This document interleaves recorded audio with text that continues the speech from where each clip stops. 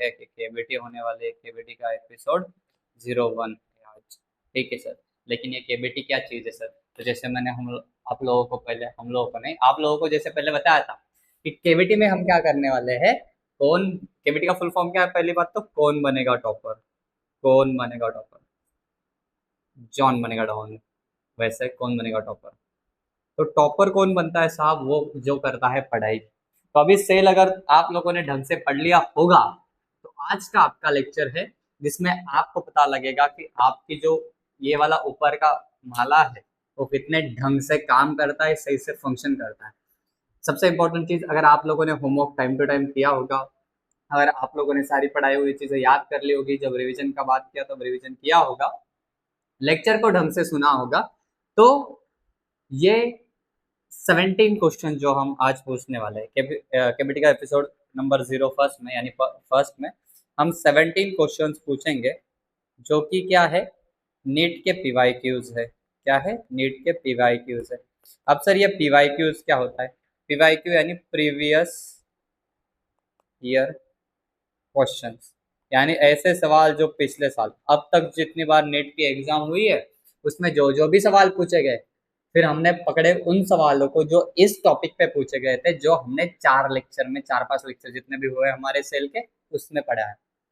तो अभी मेरे 8 स्टैंडर्ड के बच्चे, 9 स्टैंडर्ड के बच्चे, 7 स्टैंडर्ड के बच्चे सॉल्व करेंगे नीट के सवाल जो प्रीवियस ईयर क्वेश्चन है, जो अब तक नीट में आके गए हैं, वो सवाल आप लोग सॉल्व करेंगे। एंड दैट इज व्हाट, जब हमने कहा था कि हम फाउंडेशन में क्या करेंगे, नीट के सवाल करवाएंगे, तो ये रहा आपके सामने। ठीक है, इसमें ये बता दूं कैसे करना है, सॉल्व कैसे करने। तो सबसे पहले अभी आपके स्क्रीन पे 15 क्वेश्चंस दिखाई देंगे। कितने क्वेश्चंस दिखाई देंगे? 50 क्वेश्चन, सॉरी 17 क्वेश्चंस दिखाई देंगे। हर एक क्वेश्चन के साथ आप लोगों के पास 4 ऑप्शंस रहेंगे। इन 4 ऑप्शंस को आपको क्या करना है, चारों में से जो सही, ए, बी, सी या डी, ऐसे लिखना है। लेकिन कैसे लिखना है? क्वेश्चन नंबर फर्स्ट का ए, क्वेश्चन नंबर सेकंड का बी, क्वेश्चन नंबर थर्ड का डी, जो भी आपको सही लग रहा है इस फॉर्मेट में लिखना है। तो ऐसे 17 क्वेश्चन है, आपके पास 17 मिनट्स है। ठीक है, 17 मिनट्स में 17 क्वेश्चन के सवाल आपको ढूंढने हैं। इसके बाद मैं बताऊंगा जवाब। अगर आप लोग जैसे मान लो क्वेश्चन नंबर फर्स्ट का ए बी डी ऐसे लिखा है, जैसे फॉर एग्जांपल आपने 5 क्वेश्चन सॉल्व किए, फर्स्ट, सेकंड, थर्ड, फोर्थ और फिफ्थ। ठीक है, इसमें से इसको स्किप कर दिया और इसका सी जवाब कर दिया। ठीक है, इसमें से मान लेते आपके 2 सही हुए, 3 सही हुए, एक गलत हुआ और एक आपने सॉल्व नहीं किया था। तो ऐसे में क्या होगा, हमारी जो मार्किंग स्कीम है, मार्किंग स्कीम यानी मार्क्स कैसे मिलेंगे इसके, तो हर एक के एक एक मार्क्स ऐसे नहीं मिलेंगे। हम वही पैटर्न फॉलो करेंगे जो नीट करती है। कौन सा pattern sir? +4 for each correct answer, -1 for each incorrect answer, और अगर सॉल्व ही नहीं किया है तो 0। यानी यहाँ पे आपके जो ये 3 सवाल सही हुए हैं, तो 4 इंटू, यानी 3 सवाल है ना, एक 3 सवालों के कितने बनते हैं, इंटू 4 करने पे पता चल जाएगा सर। तो 3 × 4 = 12, लेकिन आपने एक सवाल सॉल्व किया जो कि गलत हुआ, तो -1 = 11। तो आपको क्या करना है, 17 में से जितने भी सवाल आप लोग सॉल्व करोगे, मान लो 15 सही करते हो, 2 गलत करते हो, ठीक है, तो आपको 15 × 4 करना है, जो भी आए 15 4 60 -2 that is 58 is your marks. समझ में? ऐसे कर करके मार्क्स कैलकुलेट करने हैं आप। आई होप आप लोगों को मार्क्स कैसे कैलकुलेट करने हैं ये समझ में आया होगा। इस तरीके से हमारे एपिसोड्स आगे चालू हो जाएंगे। ठीक है, ठीक है सर, समझ में आया। अभी तो ये जो एपिसोड्स है केबीटी, आज का पहला सेशन है, सारे लगभग सारे नीट के प्रीवियस ईयर क्वेश्चन है। उसके साथ साथ हमने साल भी डाला हुआ है कि इस साल में ये सवाल नीट में पूछा गया है। ठीक है, तो आपकी रिस्पॉन्सिबिलिटी ये है इस 15 मिनट्स में, अगले 17 मिनट्स में, उन हर एक सवालों को ढंग से सोचकर फिर ही जवाब लिखना है। तुक्के मत मारना, नीट तुक्के वाला गेम नहीं है, सारे सवाल गलत हो जाएंगे, निगेटिव मार्किंग अलग से आ जाएगी। ठीक है, तो जिस सवाल पे तुम कॉन्फिडेंट हो एकदम, उसी पे टिक करना। ठीक है, तो तुम्हारे बहुत सारी चीजें क्या हो जाएगी, अच्छे तरीके से हो जाएगी। ठीक है, आई होप यहाँ तक तुम्हें सारी चीजें समझ में आई होगी। ठीक है सर, अभी मैं तुम्हें तुम्हारे स्क्रीन पे शो कर रहा हूँ क्वेश्चन, और अभी टाइमर लग जाएगा 17 मिनट, 15 मिनट का टाइमर लगाते हैं। चलो टाइमर 15 मिनट का टाइमर है। 15 मिनट में तुम्हारे सवालों के जवाब ढूंढने हैं। अभी तुम्हारे स्क्रीन पे 14 क्वेश्चंस दिख रहे हैं। इन 14 क्वेश्चंस के जवाब पता लगाओ। उसके बाद हम बचे हुए 3 क्वेश्चंस को अटेम्प्ट करेंगे लास्ट के 5 मिनट में। तो आपके पास 10 मिनट है इस 14 क्वेश्चंस को सॉल्व करने के लिए, और उसके बाद 5 मिनट आपके पास बच जाएंगे। ठीक है, तो योर टाइम स्टार्ट्स नाउ। ठीक है, सवाल सॉल्व करते रहो।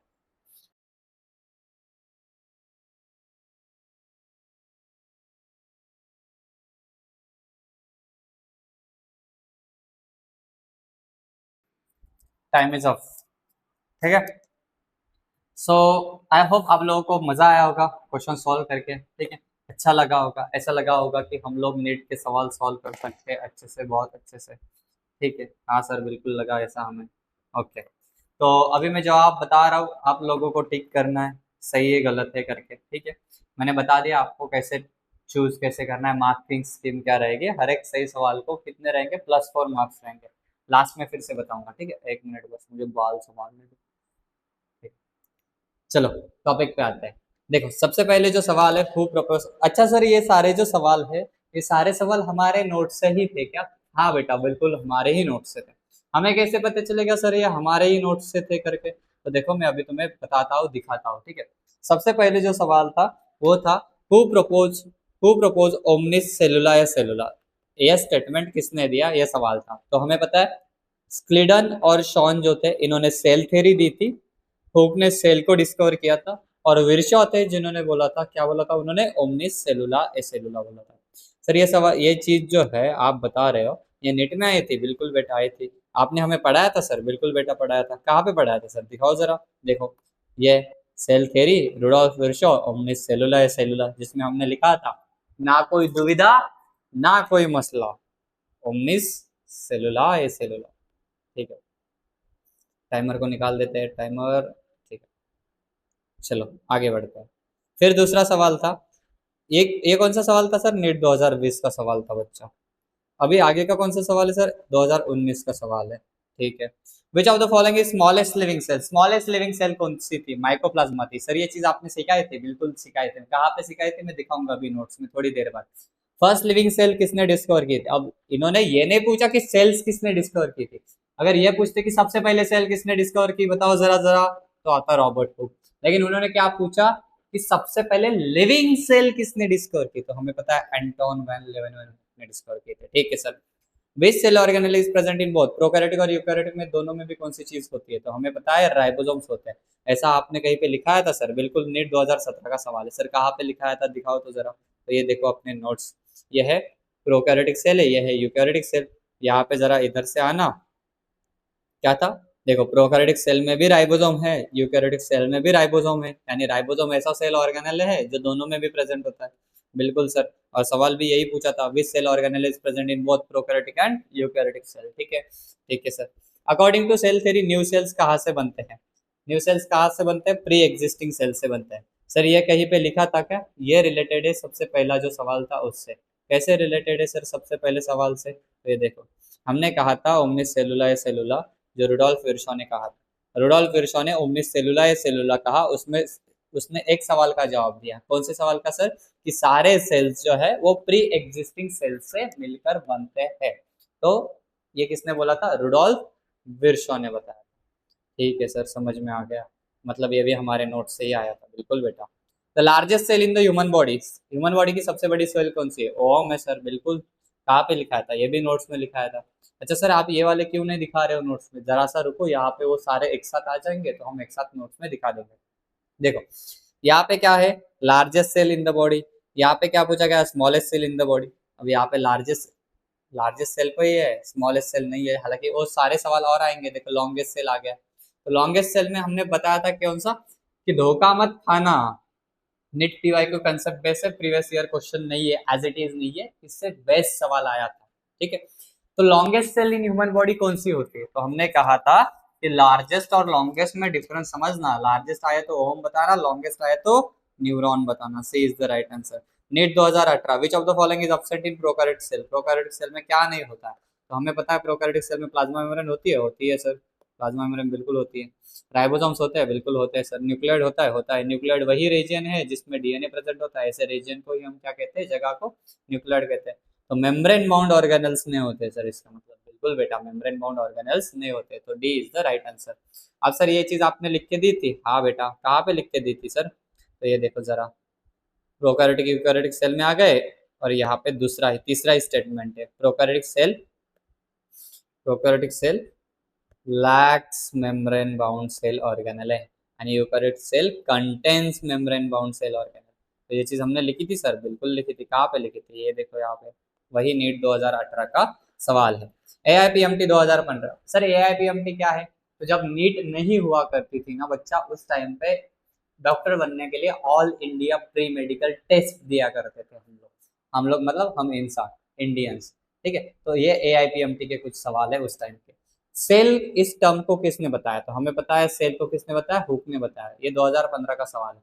अच्छा सर, ये कहाँ पे लिखा है कि सेल के बारे में हुक ने बताया, देखो यहाँ पे, Robert Hooke observe the bark of the tree under microscope and found the polygonal वगैरह वगैरह, ठीक है।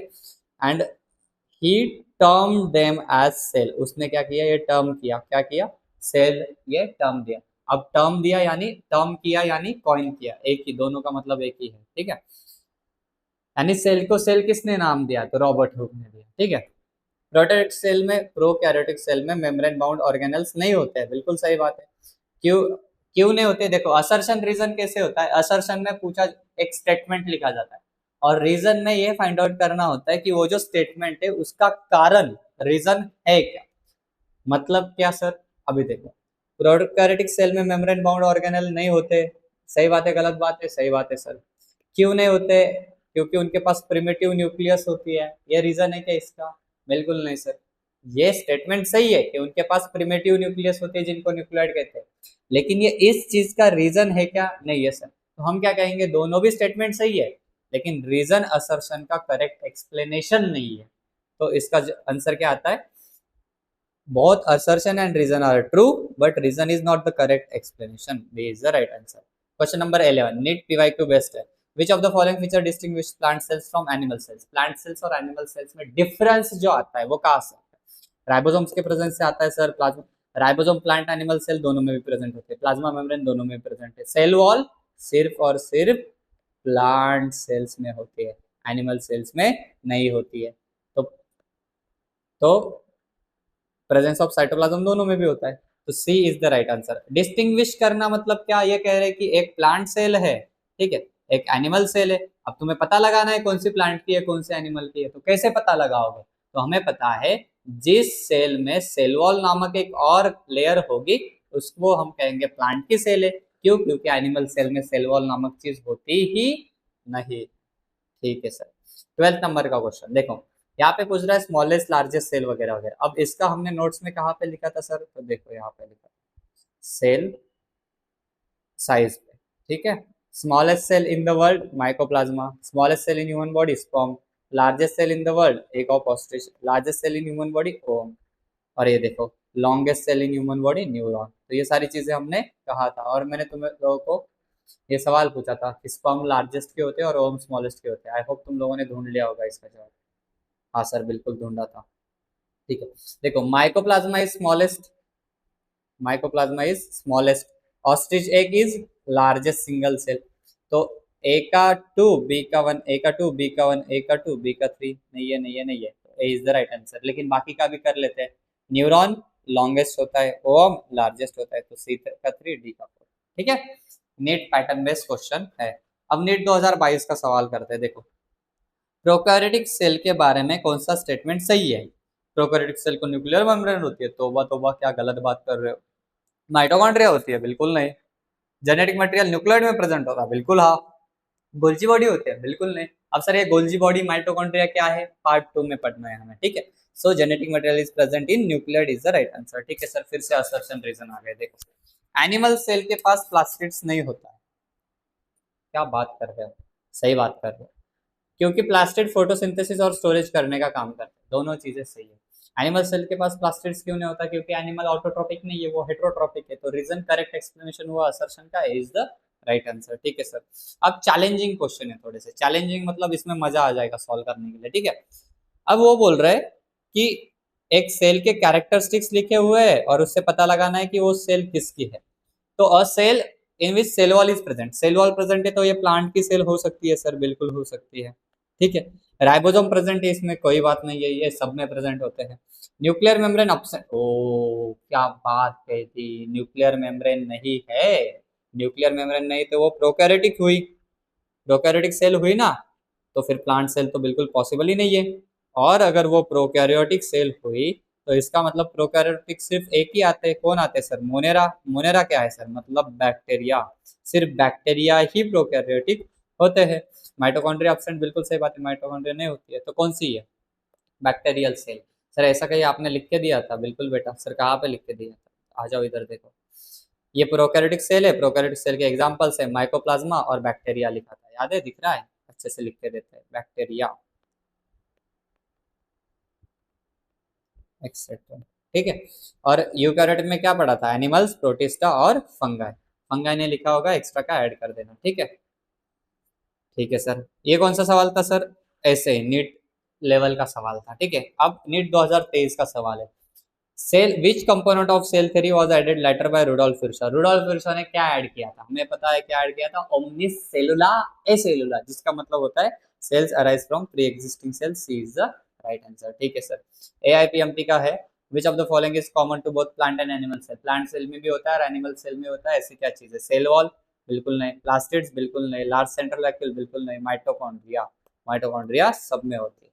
तो इस प्रकार से सारे सवालों के जवाब दे दिए, आप लोगों ने चेक कर लिए होंगे, कर लिया है। अभी आपकी रिस्पॉन्सिबिलिटी है अपना नाम और जो केबीटी में तुम्हें जितने मार्क्स आए हैं आज के, ये मुझे आज के आज अपडेट कर देना, जैसे ही हमारा लेक्चर खत्म हो जाए, तो तुम्हारे मार्क्स के बेसिस पे हम रैंक कैलकुलेट करेंगे कि कौन सी रैंक आई है, लेकिन आपकी रिस्पॉन्सिबिलिटी है वो ग्रुप पे अपडेट कर देने की। ठीक है, हाँ सर, हम बिल्कुल कर देंगे पढ़ने वाले बच्चे। दूसरी चीज, ये जो हमने सॉल्व किया, आई होप तुम लोगों को सारी चीजें, सारे आंसर्स मिल गए होंगे। मैं इसको रफ कर रहा हूँ, क्यों रफ कर रहे हो सर, या फिर ऐसे कर, चलो इसको कॉपी कर लेते हैं।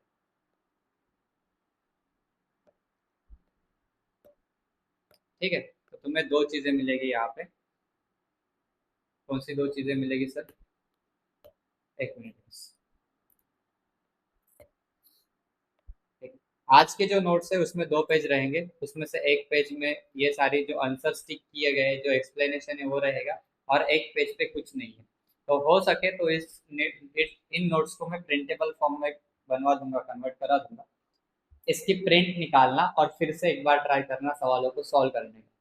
इस केबीटी को अच्छे से संभाल के रखना, इसमें बहुत सारे सवाल हमने नीट के सॉल्व किए हैं। अगर इसको तुम प्रॉपरली बार बार सवालों को सॉल्व करते हो तो तुम्हारे जितने भी कंसेप्ट हमने अब तक पढ़े इस लेक्चर में, इन लेक्चर्स में, सेल में, वो सारे याद हो जाएंगे। दूसरी इंपॉर्टेंट बात, आज से जो है, आज से यानी जो नेक्स्ट लेक्चर रहेगा हमारा, उससे हम सेल का पार्ट 2 शुरू कर देंगे। सेल साइकिल का क्या शुरू कर देंगे, सेल का पार्ट 2 शुरू कर देंगे, जिसमें हम सेल ऑर्गेनल्स क्या होते हैं इसके बारे में बात करेंगे। मैंने बताया था जैसे हमारे बॉडी के ऑर्गन्स होते हैं, वैसे सेल के जो ऑर्गन्स होते हैं उनको हम सेल ऑर्गेनल्स कहते हैं। ठीक है, तो ये जो सेल ऑर्गेनल्स है ये क्या है, ये हमारा पार्ट 2 रहेगा। और उसके बाद पार्ट 3 जो लास्ट वाला पार्ट रहेगा, इसमें हम पढ़ेंगे सेल साइकिल क्या चीज है। ठीक है, अब इन लेसन्स को, ये जो पार्ट 1, पार्ट 2, पार्ट 3 में डिवाइड किया है, इसके इसके ऐसा क्यों किया सर, क्योंकि जो हम चीजें पढ़ रहे हैं वो सारी 11th की चीजें हैं, सेल नामक लेसन की चीजें हैं, सेल साइकिल नामक लेसन की चीजें हैं। तो हम इस एक लेसन के अंदर दो लेसन को पढ़ना चाहते हैं, एक cell the unit of life, वो भी 11th का है, और cell cycle and cell division जो भी 11th का है। अच्छा सर, 11th में ही फायदा है हमें, इसका और कहीं पे फायदा नहीं, बिल्कुल है बेटा। 10th स्टैंडर्ड स्टेट बोर्ड में ये लेसन एज इट इज फिर से आएगा। ठीक है सर, 10th स्टैंडर्ड सीबीएसई में भी ये लेसन एज इट इज, ठीक है, या फिर 9th, हाँ 10th में आ जाएगा। ठीक है, तो कहने का मतलब ये है कि अभी प्रिपेयर कर लो तो 10th में भी है, 11th में भी आएगा, तो चीजें तुम्हारी अभी से वो सारा लेसन प्रिपेयर हो जाएगा। ठीक है। अच्छा सर, आप ये बता सकते हो इन दोनों लेसन पे नीट में कितने सवाल आते हैं, तो बच्चा हर साल जाना, सेल से कम 3 सवाल आते हैं, सेल साइकिल से कम 3 सवाल आते हैं, एटलीस्ट 6 क्वेश्चंस तो मिनिमम आते ही है। 6 क्वेश्चंस यानी 6 4 28 मार्क्स में तुम्हारे फिक्स कर रहा हूँ, दैट इज 30 मार्क्स कंसिडर करो, एक रफ फिगर 30 मार्क्स, यानी नीट का पेपर होता है 360 मार्क्स का। 360 मार्क्स में से ये जो 30 मार्क्स है तुम्हारे, अब तक तुमने जितने लेक्चर किए, मतलब इस पूरे लेसन में से सेल जब खत्म कर देंगे तो हम इस 30 मार्क्स पे वर्चस्व हासिल कर लेंगे, दैट इज 10%। 10% नीट के बायोलॉजी की प्रिपरेशन तुम्हारी मैं 8th स्टैंडर्ड 9th स्टैंडर्ड में करके दे रहा हूँ। तुम्हारी रिस्पॉन्सिबिलिटी, क्योंकि ये इतनी बड़ी चीज है तो हर एक चीज को याद रखना। याद रखने के लिए रिवीजन सबसे इंपॉर्टेंट है। तो जो तुमने 1 घंटा डिसाइड किया है सेल्फ प्रिपरेशन का, उस 1 घंटे प्रॉपरली बैठना। जिस दिन जिस भी सब्जेक्ट का लेक्चर हो, वो 1 घंटा प्रॉपरली उसी सब्जेक्ट को डेडिकेट करना। ठीक है, ये सारी रिस्पॉन्सिबिलिटीज तुम्हारी है। मिलते हैं अगले लेक्चर में अगले कंसेप्ट के साथ। पढ़ते रहना, वो बहुत जरूरी चीज। ठीक है, have a nice day, bye bye.